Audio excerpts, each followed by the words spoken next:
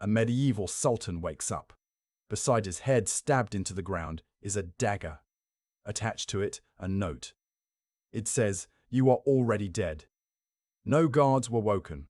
No walls were breached. This sultan controlled armies numbering in the hundreds of thousands. And the next morning, he sent tribute and letters of submission to a single man living in a mountain fortress. No army, no kingdom, no territory larger than a modern shopping mall. That man was Hassan-i Sabbah.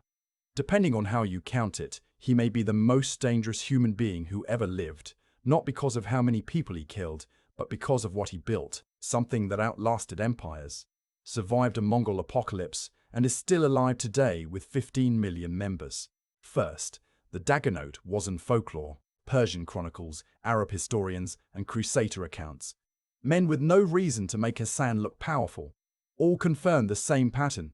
Targeted political murders carried out in broad daylight, in crowded public spaces with zero chance of escape for the operative. The victims weren't random. Nizam al-Mulk, Grand Vizier of the Seljuk Empire, the most powerful administrator in the Islamic world, killed in 1092. Conrad of Montferrat, newly crowned King of Jerusalem, killed in 119 too, 2 days after his coronation. These weren't symbolic gestures. These were surgical removals of specific human chess pieces. One man, operating from a castle carved into a mountain in northern Persia, was selectively deleting decision-makers from thrones spanning Egypt to the Crusader states. The political map of the medieval Middle East moved every time Hassan-i Sabbah decided it should. And he did it without a single conventional soldier. But how does a man end up here? Hassan-i Sabbah wasn't born a warlord. He was a product of the Islamic Golden Age, the most intellectually fertile civilization on earth in the 11th century. He studied theology, mathematics, astronomy. His classmates included Omar Khayyam and Nizam al-Mulk, the same Grand Vizier he would later have killed. So, why does a trained scholar choose this path? Because he was Nizari Ismaili in a Sunni world, a religious minority in an empire that viewed them as heretics.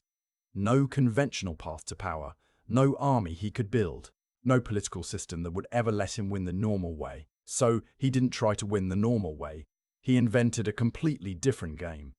He didn't need to defeat an army of 100,000 soldiers. He needed to make the general commanding that army understand that sleeping was no longer safe.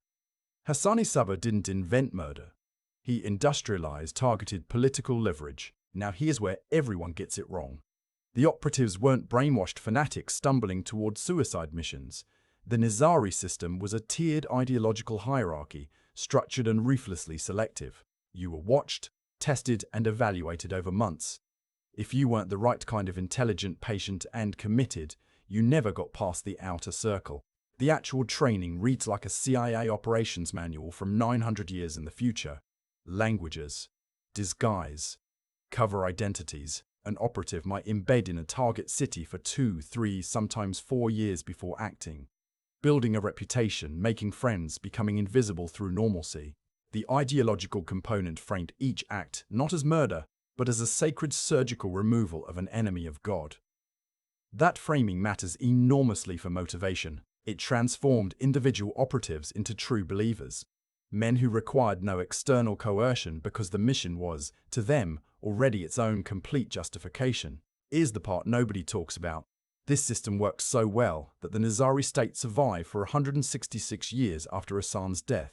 The Crusaders eventually stopped trying to fight it and started trying to negotiate with it.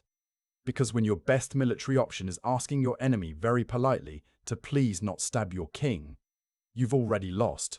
And then something happened that buried Hassan-i Sabbah's real story under a mountain of gorgeous nonsense. A Venetian teenager with a talent for exaggeration passed through Persia in the 1270s, about 150 years after Hassan's death, and heard some things. His name was Marco Polo, and his account is almost certainly the most consequential piece of medieval fanfiction ever written. According to Marco Polo, the old man of the mountain ran a secret garden paradise, rivers of milk, honey, and wine, beautiful servants, every pleasure imaginable. Recruits would be drugged with hashish, tarried inside, allowed to experience a preview of heaven, then told, "Die on a mission and you return here forever." It is an extraordinary story. It is almost certainly not true. No contemporary Islamic source, Persian, Arab, or otherwise, mentions the garden. The word assassin almost certainly derives from arsiyun, meaning followers of the foundation or doctrine, not hashish users.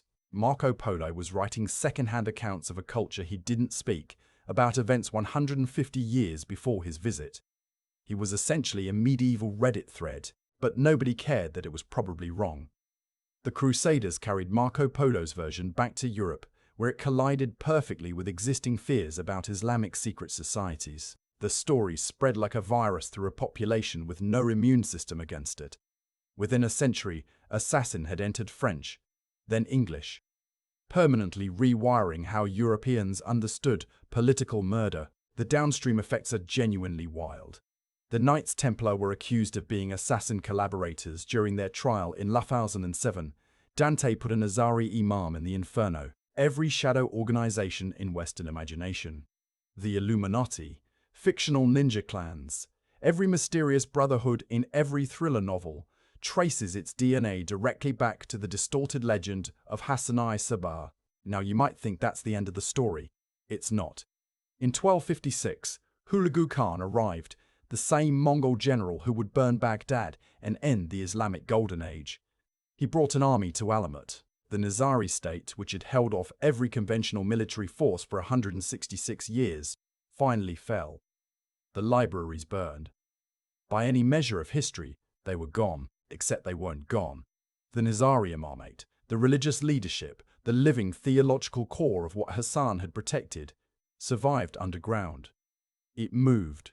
It adapted. It did exactly what an organization trained for 166 years in the art of surviving impossible circumstances would do. Today, the Ismaili community has approximately 15 million members worldwide. Their leader, the Aga Khan, a direct lineal descendant of the very imams Hassan built his fortress to protect, runs a philanthropic network operating in over 30 countries. The so-called terrorist cult is, by any modern measure, one of the most civically engaged communities on the planet. Here's what history got completely backwards. Hassan-i Sabbah was never trying to start a religion.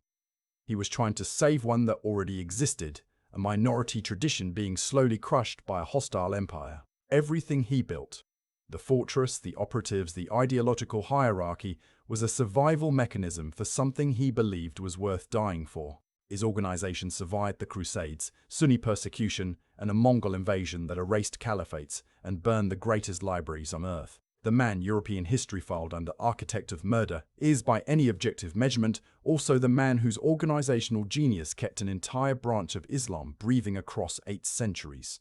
History was too busy being terrified of him to notice what he was actually doing. Go back to that sultan and that dagger note.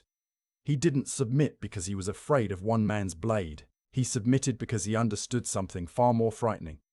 Hassan-i Sabbah had built an organization of people who genuinely believed an idea was worth dying for. That belief, properly organized, is the most dangerous weapon ever constructed. It cannot be killed with an army.